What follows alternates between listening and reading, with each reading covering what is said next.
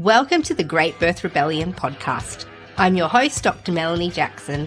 I'm a clinical and research midwife with my PhD, and each episode I cast a critical eye over current maternity care practice by grappling with research and historical knowledge to help you get the best out of your pregnancy, birth, and postpartum journey. Hello and welcome to today's episode of the Great Birth Rebellion podcast. This podcast is all about helping you curate a circumstance that would help you increase your chances of having a great birth. And that is exactly what this episode is about today. I have done an episode like this about Guide to a Great Birth before, but this is a revamped, refreshed, built-out version of that. And I want to talk about the hormonal cascade of labor and birth, why it sets us up for bliss and joy, and how to tap into that. Some strategies on how you can tap into the possibility of bliss, joy at your birth, but also what is a great birth, how you can get one for yourself. There are some specific things that you can do that will increase your chances of having a great birth, and that's what today's episode is all about. But before we kick off into that, I just have something to share. In order to keep this podcast free to you, the listener, I'd like to thank my sponsor for today's episode, Poppy Child from Pop That Mama. She is about to do something epic. Poppy is hosting a pain management in labor masterclass live in New York City, and she's live streaming it to the world. This session will be all about how to cope with the intensity of labor and how to work with the sensations instead of fighting them. You'll learn real tools that you can use in birth, and it's a must watch with your birth partner so you're both prepared for what labor actually feels like and how to ride it. Even better, it's totally free. And it's happening on the 19th of January, so you can click the link in the show notes of this podcast to sign up for the live stream. A replay is also available if you can't be there at the time, but you have to be on the list to get it. So spots for the live stream are limited. Save your place now, so go through to the link in the show notes to save your spot. Okay, now let's get into it. The first thing you need to understand is that birth will always transform you. There is not a scenario, there's not a birth scenario in which you are not transformed as a woman and as a parent or as a person. The fact is that you'll either be transformed for the better or for the worse. And that is exactly what this podcast is about, helping you have a positive transformation as a result of your pregnancy, birth, and postpartum experience. So the first thing you need to know is there's no way you can come out of your birth the same person. You are transformed for better or worse. Now, of course, your life is changing because you're also getting a baby. But that's not what we're talking about today. There's more that happens when you have a baby than just getting a baby. So today I'm going to tell you about that transformation, the science, the anatomy of birth, and the ways that it fundamentally changes us as women for the better or worse.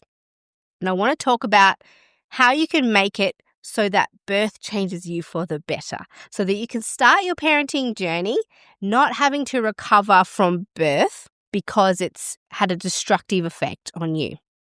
Birth can actually propel you ahead into your parenting journey with joy and health. You can actually be more equipped if you have a great birth. And today I'm not talking about your baby during this talk. Today I'm going to be talking to you about you. And because most maternity care providers will focus on the outcomes for the baby, but today I'm going to focus on the outcomes for you. And I want to talk to you about how you can manufacture and curate a birth that is not only great for your baby, of course we want great outcomes for your baby, but also great and safe for you. So when we talk about what a great and safe birth is, let's start there. What is a great and what is a safe birth? Firstly, of course, it goes without saying that if you come out of your birth physically well, and you and your baby are well and alive, that's great. That's one of the necessities of a safe and great birth. It almost goes without saying, and it is not unreasonable to expect especially in the developed world, that you will come out of your birth alive, you and your baby. However, just being alive and physically well often doesn't result in a great birth. What women will sometimes tell you is that, yes, they are alive, their baby's alive, everybody is physically well, but their birth was not great and they did not feel safe. A lot of women will report feeling scared and that they had to endure the birth process. So yes, a great birth is one where you are not only kept physically safe, but also emotionally, spiritually, culturally, psychologically safe. And socially safe. If you are alive at the end of your birth, that is supposed to be the bare minimum expected standard. You should expect from your birth experience that you and your baby will come out alive. That's the bare minimum. And anyone who tells you that an alive mum and baby is all that matters doesn't understand the importance of emotional, psychological, spiritual, cultural safety, social safety that needs to be achieved in the birth process in order for women to feel truly safe and in order for them to describe their birth as great. So firstly, a great birth is a safe birth, but being physically safe is not the only element of safety. It's the one that's prioritized in a lot of maternity care services. But in order to have a great birth, you need to feel safe and protected physically, emotionally, socially, culturally, spiritually, mentally safe. There's a lot of elements of safety that need to be met in order for you to describe your birth as great. And if you feel safe across the full spectrum of safety, not just physical safety, and your care provider has respected your decisions during the birth process, then you are in line to describe your birth as great. But how do we do this? How do you set yourself up for a great birth where you felt safe and where you were cared for? That's what we're going to be uncovering today. But first, 8 years ago, I stood up out of a birth pool that was in my bedroom with my newly born second child in my arms. Her placenta was still attached and inside my uterus, and I heaved myself up out of the pool with my husband helping me on one side, one of my midwives helping me on the other, and the other midwife drying me down as I got out of the pool. And I just said, oh my gosh, that was so good. I can't wait to do it again. Literally, my first thought after getting out of the pool, after pushing my baby out, was, I would like to do that again. And I didn't have any medication, any intervention. It was a home birth. It was quite fast. I sent a text message to my sister at 8 p.m. saying, I think I might be going into labour.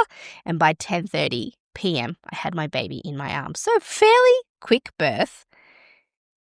But what happened to me during the birth of my second child was something that I speak about often, but it's also quite unbelievable. And if you've been listening to the podcast for a while, you will know my birth story. But I speak about it very positively, not because the end result was my beautiful baby. Of course, that's the fun thing. But we are wired to experience joy and feel bliss during birth. And we get that high, that blissful high after birth that makes us feel like we want to do it again and think, whoa, that was amazing. I want to do it again. And I'll explain to you why we get that. But before stepping out of the birth pool and immediately wanting to doing it again, what happened for me was that my body took over. This is while I was in labor. My body took over and my uterus was pushing my baby out. Almost, it felt like no additional pressure for me. I didn't have to add much. And I could feel my baby moving down into my pelvis. And then I could feel the stretch that happens to your vulva when the head is emerging, that full stretch. And you will have heard me speak about it before, what you can say to yourself when you feel that full stretch. It's just a stretch. We are designed to stretch to get big so that a baby can come out of us. I wasn't frightened of that feeling. And I remembered feeling that feeling with my first birth and thinking, yeah, it's not that bad. Some people describe it as the ring of fire, but I'm not sure that that's the right language to make women look forward to that moment. And in fact, the pushing and stretching phase of labor and birth for me was the most satisfying, the most blissful part of the labor and birth. So if I can offer you that for a language change, if you want to replace the wording of the Ring of Fire with "it's just a stretch and my body is designed to get big," then yeah, it's a stretch, but it's not that bad. It's just a stretch. So at that full stretch, that biggest part of when the biggest part of the baby is coming out, the head, what we would often describe as crowning, I did think not that bad, but also something came out of me that nobody was really expecting. I wasn't even expecting it. A big hysterical laugh as my baby was emerging. And I'll explain to you why that happened. Why, at that moment of full stretch, did I feel like laughing? And it was actually so hysterical and unusual that one midwife whispered to the other, "What is she doing?" And I remember just saying, "I'm so happy. I just can't explain how happy I was." And, there's this very famous midwife. Her name's Ina May Gaskin. If you've been in the birth world for a second, you may have read one of her books. And she explains what our vulvas and vaginas are capable of at this point of full stretch. She explains that we never think, "Oh my gosh, can a penis get big without being damaged? And is that normal? And should we be frightened of a penis getting big?" I mean, part of the process of reproduction is that a penis gets big. Men are told, yeah, that's fine. You can do it. Actually, it feels pretty good. There's no fear of that. There's no warnings around all the things that could go wrong in the male erection.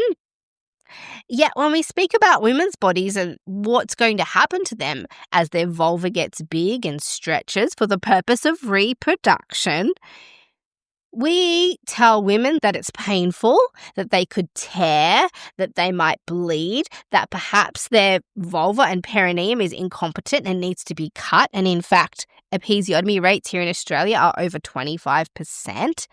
All of the language given to this pushing out of your baby phase and the stretching of your vulva is frightening and terrifying. But I want to tell you, actually, it could be one of the greatest parts of your birth. And I'll explain why. I'll explain the scientific reason why. That moment in birth, we are actually hormonally and physically wired to have the ability to enjoy this part of labor. But this is not what women are told. Women are told it will hurt, you should be scared, it feels like your vulva is on fire. But I'll tell you what is actually happening in this moment. You know me. From a scientific viewpoint, I'm a PhD.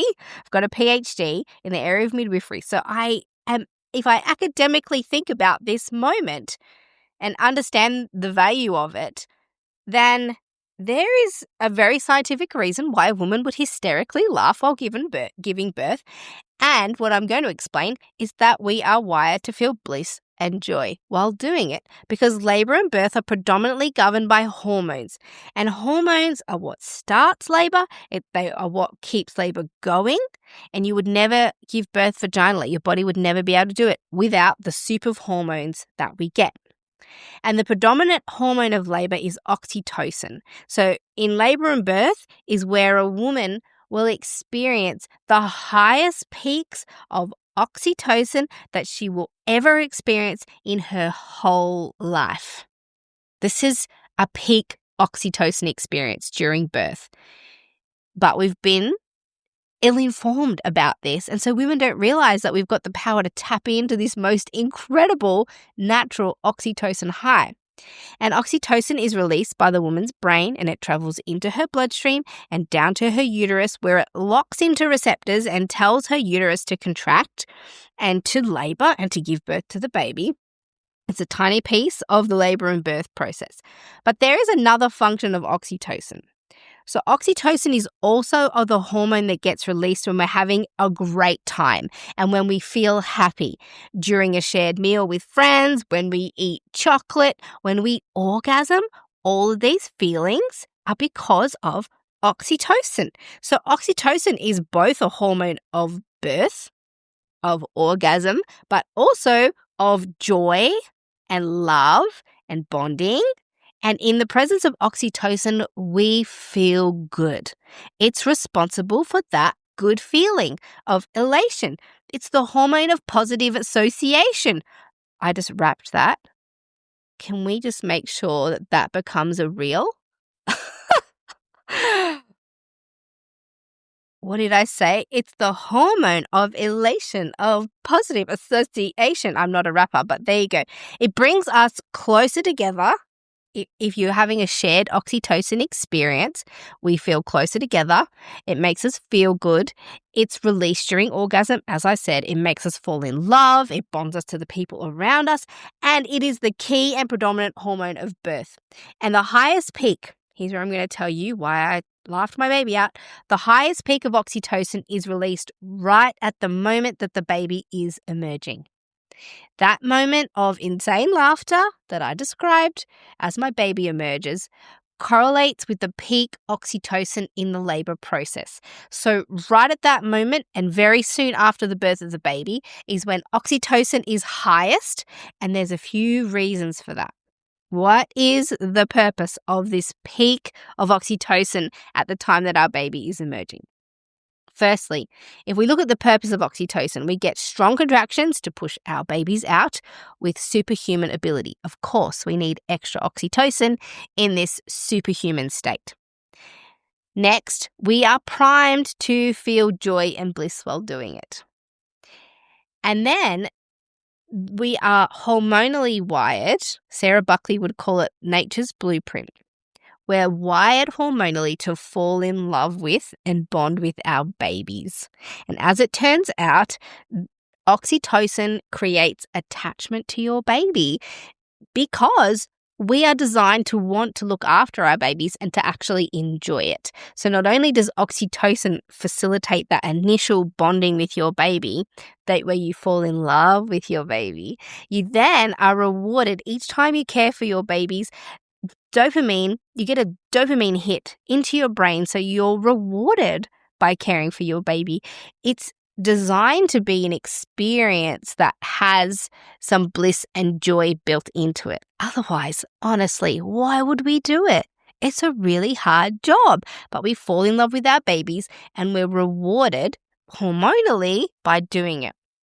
Now, not only that, for those relational reasons, but oxytocin is responsible for the contraction of your uterus. So a peak at the very end, the powerful end of birth where your uterus has to push your baby out, makes complete sense.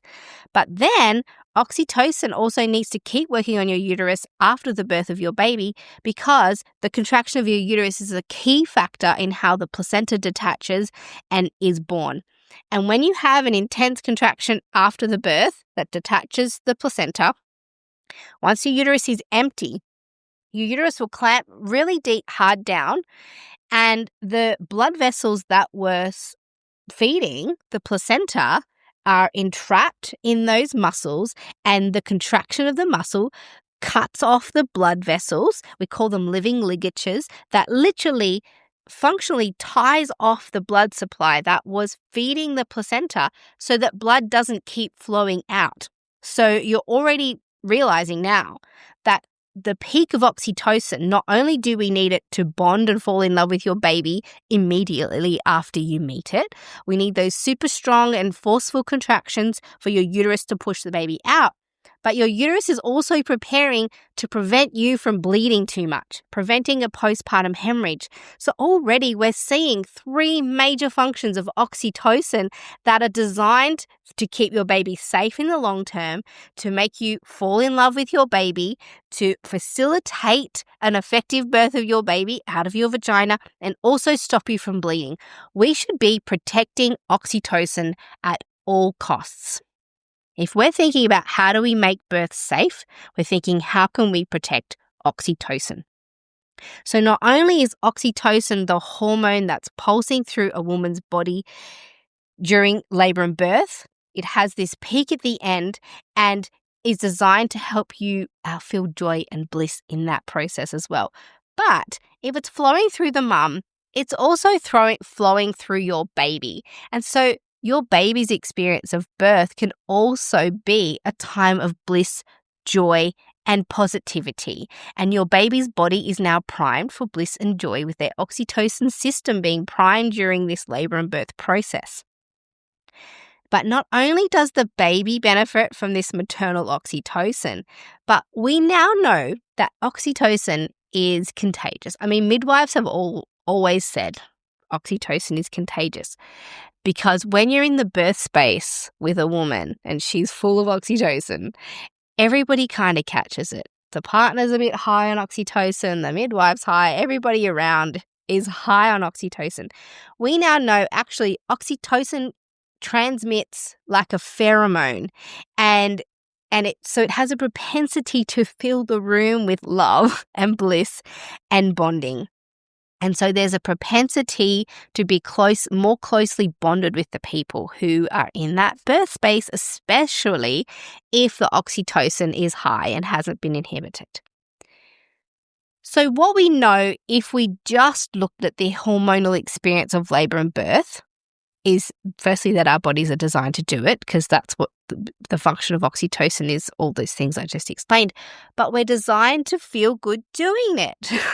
The oxytocin that's in the mix is creating a scenario of joy and bliss, but also contractions.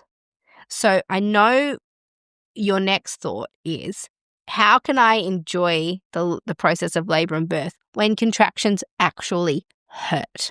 So you're right, there's this pleasure and pain conundrum that oxytocin gives us the contractions that then cause us the pain of labor, but also has this immense capacity to deliver us blissful feelings. So let's go into that now. What's that about? We already know that we're wired for bliss and joy, and that's just how our bodies work. But with bliss comes pain, and these two things go hand in hand. So let's have a look at what hormones your body gives you when you feel the pain of labor.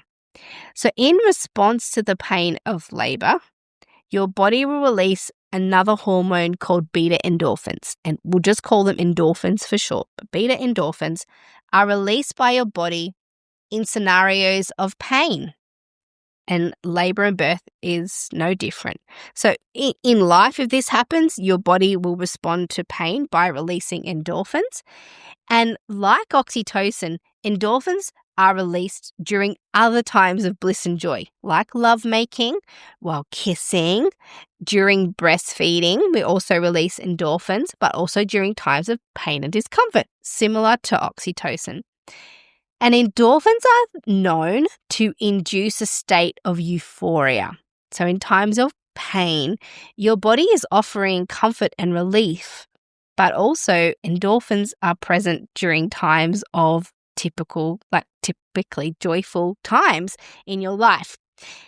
Now, when your body releases endorphins, again, from your brain, what we know is that they hook into opioid receptors in your body. So an opioid medication does the same. The opioid medications are powerful medications that are designed for pain relief by blocking pain signals between your body and brain, and they work on the opioid receptors in your nervous system. So if somebody gave you an opioid medication, that's designed for pain relief.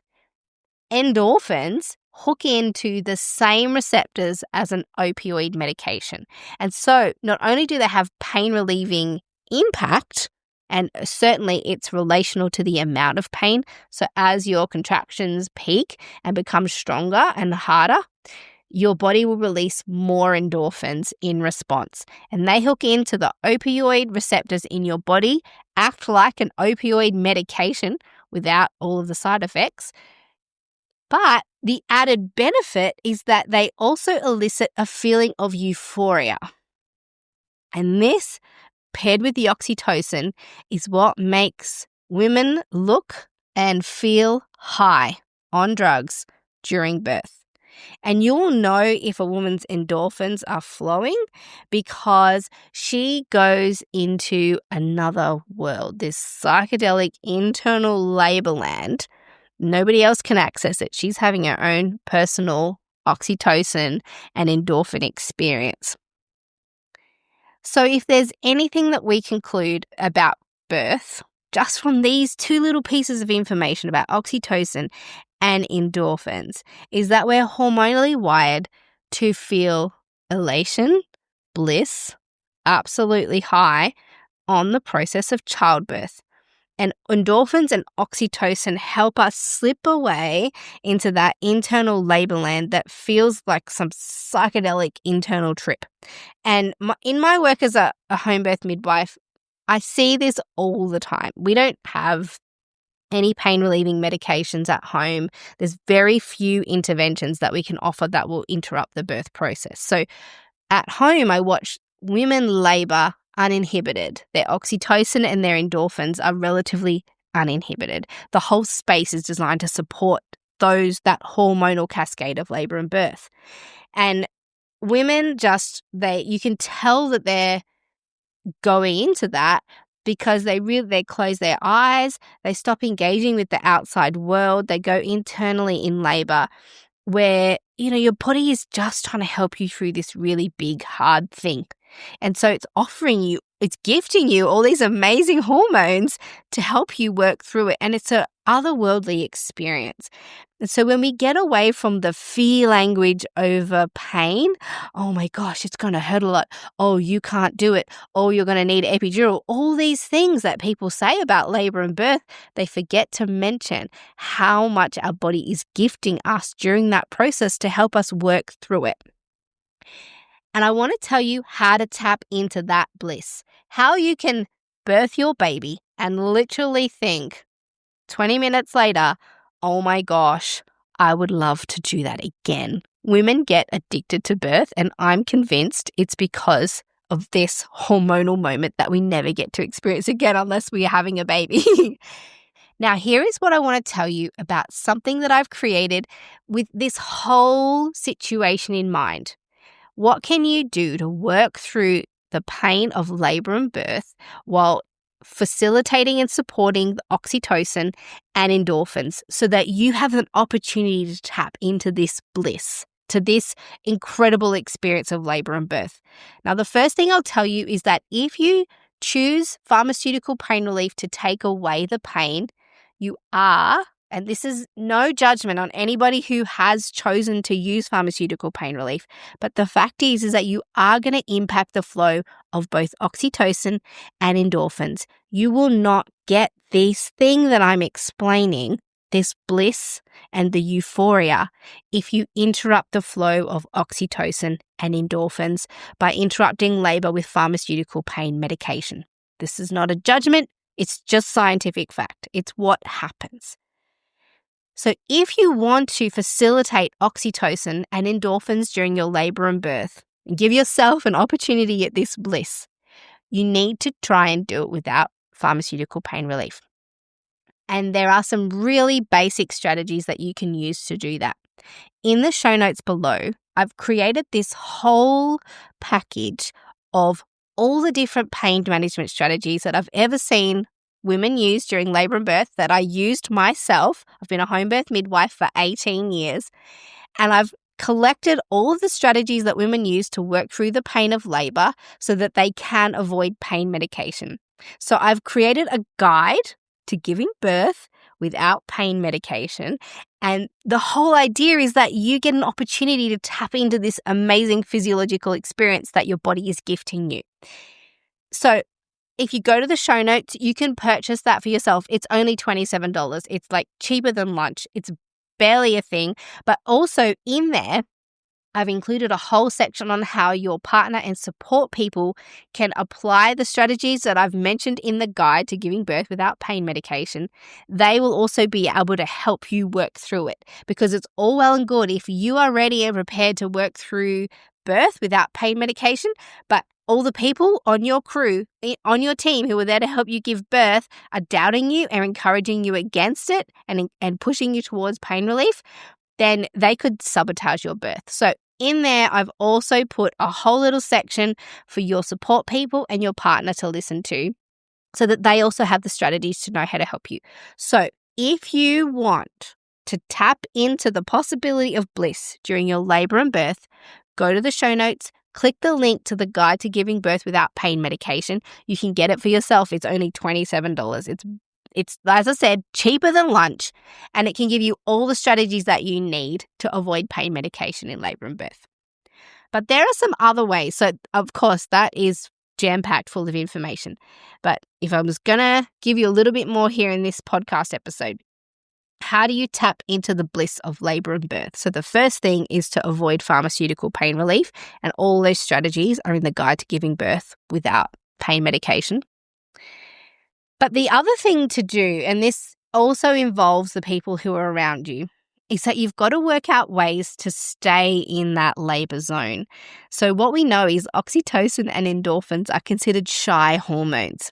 So if you get a fright or something unexpected happens, or you're hypervigilant, then you are kind of shocked out of this labor zone. And that does impact upon the flow and function of your hormones during labor. And when you go into labor land under the influence of oxytocin and endorphins, your brain changes along with this complex hormonal cocktail that takes over. And the front part of your brain, the frontal lobe that's responsible for communication and decision-making and sort of more complex conversations, it shuts down. It doesn't really have a specific purpose in labor and birth.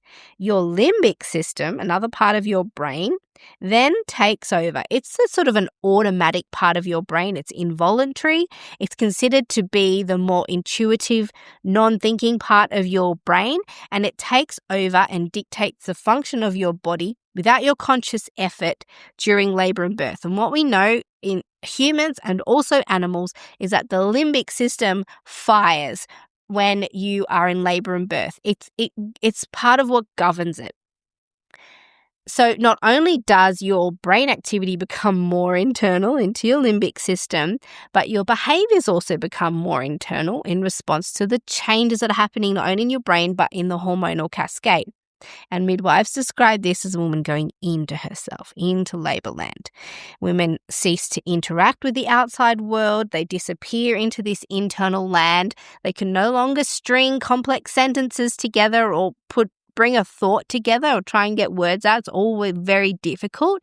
And this is because that frontal part of your brain is closing down and your limbic system is taking over. So this is perfect. This is exactly where you should be in labor and birth. You're not typically in a place to be able to advocate for yourself, to have complex conversations, to make complex decisions. You are relying on the people around you to help with that so that you can stay in your limbic system and in labor land and feel safe and confident that the people around you have your best interests at heart.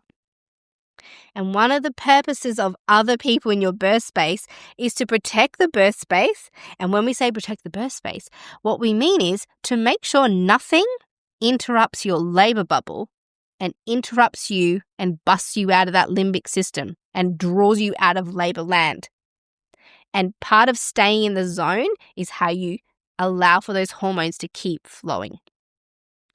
So anything where the woman is required to communicate or make a decision, anything that she feels like she needs to protect herself from, brings her out of her limbic system and back into her frontal brain, and this interrupts the birth process.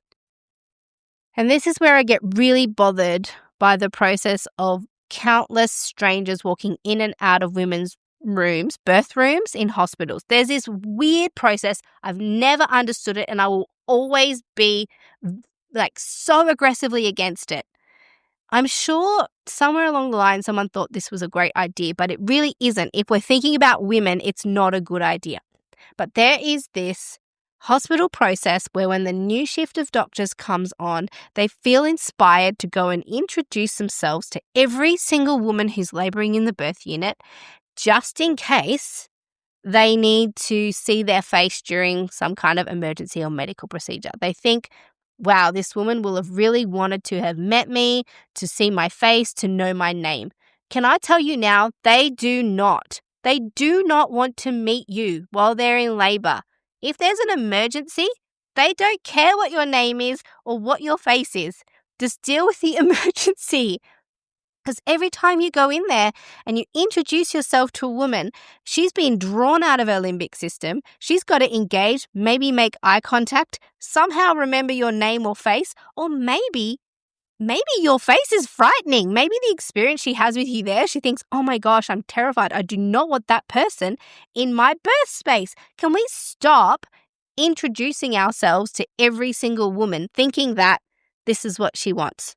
Just stay out of the birth space. She's trying to labor. She's in her limbic system. She doesn't need to know your name or see your face. I am ranting far too long. And of course, if you disagree with me, I would love to hear from you. But also, if you agree with me, please send me a message. Social media at Melanie the Midwife or at the Great Birth Rebellion. Go, yes, oh my gosh, I agree. Or say, actually, no, I disagree. And here's why, all the reasons.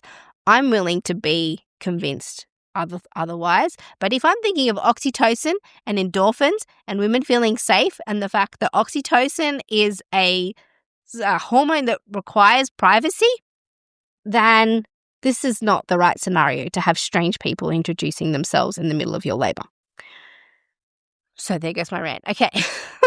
Science tells us that if you are given the right ingredients, that your bodies are wired for bliss during labor and birth. I mean, women feel it all the time. If you heard last week's episode with Deborah Pascali-Bonaro, we talked about orgasmic birth, then you'll know as well what I'm talking about. But society tells us a different story. And that's what you might be feeling right now is Mel really telling the truth with this? Because that's not what we're normally told. Women are told that birth is dangerous and that both you and your baby, because it's so dangerous, you should have constant medical supervision and that you need to give birth in a hospital where all of the emergency services are available to you in case something goes wrong or when something goes wrong. And I'm not denying that labor and birth can have life-threatening dangers. I'm not saying that's impossible. However, I think the danger of childbirth is so disproportionately marketed that women don't have a balanced conversation about the other possibility of labor and birth, where it's most likely nothing will go wrong in your labor and birth. And given the right ingredients, you can actually enjoy this scenario, this experience in your life, this peak human experience where you get peak oxytocin and peak endorphins and the best high you'll ever feel. That's the other alternative to a fear soup full of danger, hospital, and strange medical professionals. So women are asked to believe that birth is dangerous, and then we are told to respond and react with fear and compliance. And it's assumed that because birth is marketed as dangerous, that we will be instilled with fear and that we'll put our trust in medical experts to save us from all the dangers of birth. And to not fear birth is countercultural. People think you're an idiot. They think you're a fool if you don't fear birth. So it's odd to not be fearful of birth in a culture that expects you to be terrified. But in my work as a home birth midwife and as an academic, I want to open you up to the possibility of birth, firstly, not being as dangerous as what you've led to believe. You and your baby will not surely die without a medical professional in the room. Midwives are beautifully qualified to supervise and care for women in labour and birth.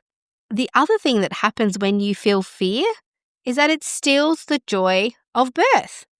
What we also know is that fear is an antidote to oxytocin.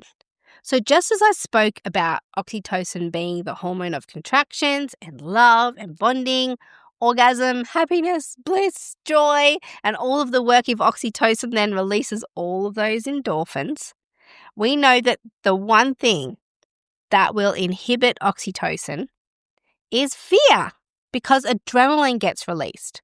And I'm going to explain that situation by sharing 5 things that you can do to help make it more likely and more possible that you can tap into the bliss and joy of birth and experience a positive transformation rather than a negative one.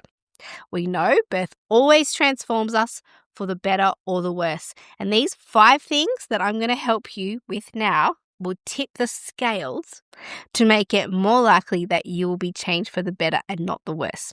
And as I'll talk about the things that inhibit oxytocin and the things that get in the way of you experiencing the birth that your body is capable of. So just to recap, there's 2 things that you need to have in order to have a great birth experience. Firstly, you have to feel safe. Physically, emotionally, socially, culturally, spiritually, mentally, psychologically. Across that whole safety spectrum, you need to feel safe. Secondly, you need to feel in complete control of the decisions that you're making and have a care provider who's going to listen to that and who's on your side. Now, I told you the blissful story of my great birth, but you don't have to have a normal vaginal birth without all those interventions in order to still feel like you've had a great birth. So there's one thing to feel like you've had a blissful birth and that your birth was great, but you can still feel as though your birth was great even without any of that. And I want to tell you a story of a client of mine. She stands out as really unique to me, but she's not unique because, as you'll hear, there's a reason why she felt so good about her birth. But let me tell you. So she came to me having previously had an induction of labour that she didn't believe she needed. She went overdue, I mean in inverted commas, over 42 weeks. Was given an induction of labour that she didn't feel like she wanted. It ended in a cesarean section that she also did not want. And she hired me with her second baby to help change her story. She wanted to avoid all of the things that had previously happened to her in her last birth. She felt quite traumatized. So she planned a home birth, she hired a private midwife, heavily invested in educating herself in the hope that her scenario would be changed. Fast forward to her labour and birth, she went to 42 weeks again. She had a long drawn-out labour that over 8 days we were talking about what she'd like to do. Long labour. And on day 8, when I arrived to her home, she opened the door and she said, "I am ready for a cesarean section." And I thought, rightio, she's done 8 days, she's post-dates. We couldn't have an induction because she'd had her previous cesarean section and that she knew that would increase the risk of her having a uterine rupture, so we weren't going to explore that. She knew that she either needed to labour spontaneously and have her baby or she was planning a cesarean section, and that's what happened. So we went to the hospital, and when we arrived, she was obviously exhausted after 8 days of a long, slow labour. And the doctor who came to speak with her was genuinely interested in her experience and acknowledged how big this decision was for her to come to hospital, considering her previous experience, considering she was planning a home birth. She'd invested a lot of time and money into her preparation. And here we were in a scenario, the one scenario she was trying to avoid. He acknowledged all of that and saw her exhaustion. And he said, "We can give you a cesarean section, but it will have to be this afternoon." And she was so upset by that because she was so exhausted and she just wanted to have her baby. And at the time of seeing her so upset, I remember the doctor sort of saying, "Look, wait here, just wait a second." And he raced off and he came back soon after and he said, "Actually, I can take you right now. I'm going to take you right now to have your cesarean," which she was very happy about. But as they wheeled her off for her cesarean, I thought, whoa, this is going to take some real recovery from her. She's going to be really disappointed about this scenario, and I'd prepared myself as a midwife to help her work through the possible disappointment that she would feel. And so in the coming days, I visited her and cared for her as tenderly as I could, and I was trying to pick the right time to sort of have a talk about her feelings over the birth. And on day 3, I said, "How are you going? How are you feeling about how the birth turned out?" She said, "I am so happy. I'm so happy with how everything went." She said, "I got to try every single thing to go into labor. You gave me the space to try different things. You never rushed me into different decisions. You listened to what I needed. You came when I needed you. I was definitely going back and forth for a lot through that week. The doctor listened to me and gave me what I needed in that moment. She feels as though she got care that she not only believed was necessary, but everybody in her scenario listened to her and kept her physically, emotionally, socially, culturally, spiritually, psychologically safe. Even though she didn't get the birth she was planning, she still felt happy and positively transformed by her birth experience. She described it as great because she was allowed full control and autonomy over her decisions. She had care providers who were willing to listen and help her get what she wanted, and all the elements of safety were covered. Now, she did not get the hormonal bliss that I spoke about for my birth, but she did describe her birth as great. All right, so now I want to give you the things I was just talking about, how to set yourself up for a great birth experience that could also result in some pretty insane bliss and elation. So, firstly, you want to avoid the things that inhibit oxytocin, the things we spoke about. If you are uncomfortable with the people in your birth space, or if you have to be hypervigilant and protect yourself, and if you're on guard and you have to fight for the things you want, then your labor and birth is going to be more governed by adrenaline and fear and hypervigilance, and you won't be able to go into that limbic brain.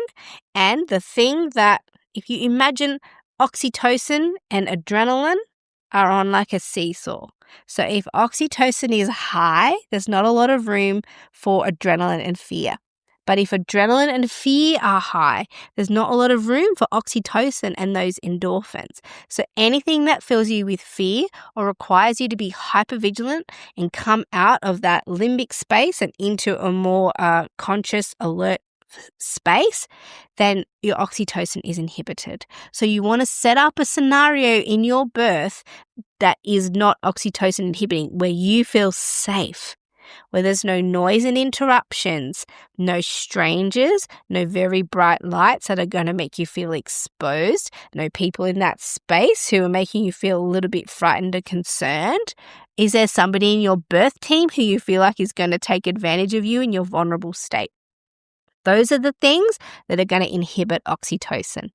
If you don't feel safe and comfortable in the space, then your oxytocin is going to be inhibited.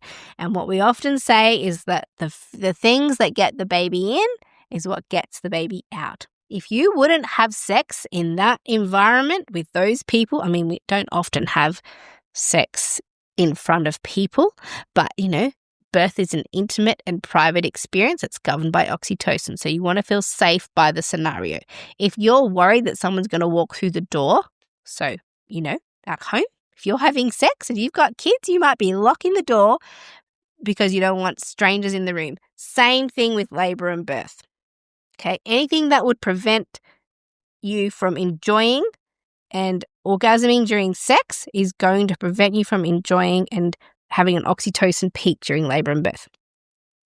So that's my next point, is choose who will be with you. If you want to reduce fear and increase oxytocin at birth, you have to take an active role in choosing who will be your care provider through your pregnancy, birth, and postpartum, and consciously choose who will be with you in the birth space.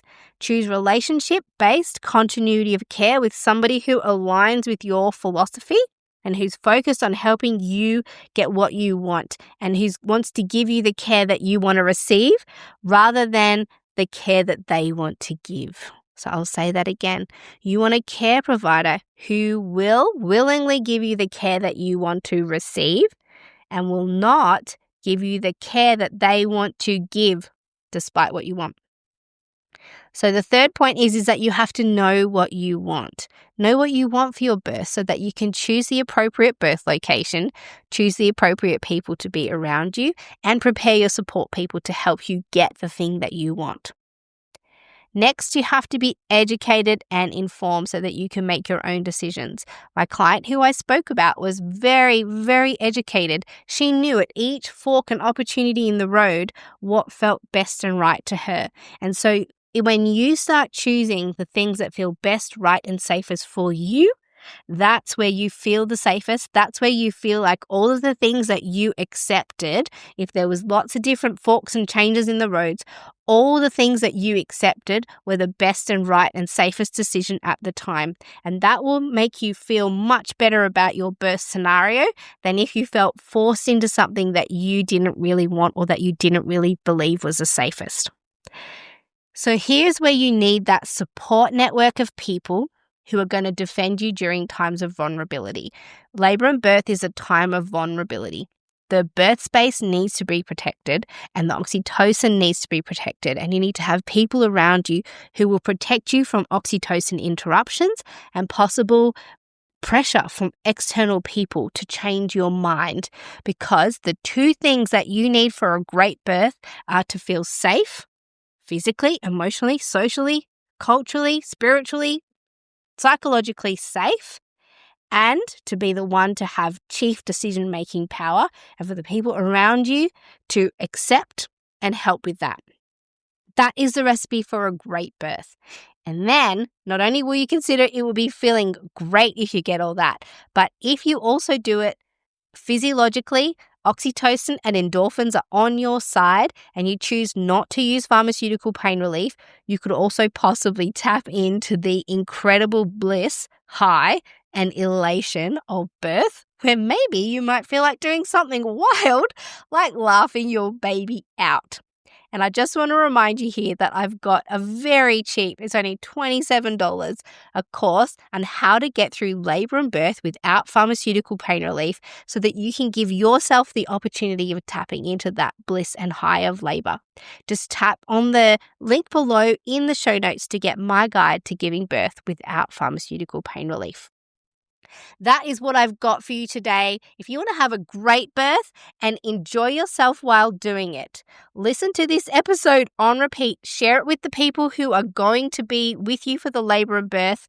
Choose care providers who align with your philosophy and intentions, and pick a birthplace that feels best and safest to you. I'm Melanie Jackson. This is the Great Birth Rebellion podcast, and I will see you in the next episode. To get access to the resources for each podcast episode, join the mailing list at melaniethemidwife.com, and to support the work of this podcast, wear the rebellion in the form of clothing and other merch at thegreatbirthrebellion.com. Follow me, Mel, at Melanie the Midwife on socials, and the show at The Great Birth Rebellion. All the details are in the show notes.